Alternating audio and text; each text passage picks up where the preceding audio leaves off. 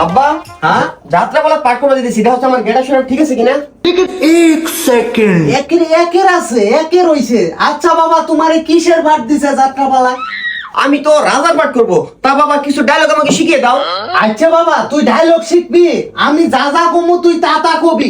আচ্ছা বাবা কতালে। বাড়ির যেদিকে তাকাই শুধু দূর অন্ধকার দেখি। বাড়ির যেদিকে তাকাই শুধু গুড় গন্ধ দেখি।